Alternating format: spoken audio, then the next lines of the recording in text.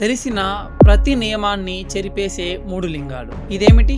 సాధారణంగా ఒక లింగానికి పై భాగంలో సిలిండర్ ఆకారం ఉండాలి, కింద భాగంలో పీఠం లేదా యోని ఉండాలి. కానీ ఇది చాలా విచిత్రంగా ఉంది. ఇది కాళ్ళు మడుచుకొని కూర్చున్న మనిషిలా కనిపిస్తుంది.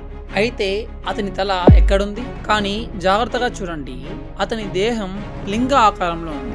ఈ లింగం ఇంకా ఎక్కువగా విచిత్రంగా ఉంది. ఇందులో సిలిండర్ ఆకారం అసలు లేదు.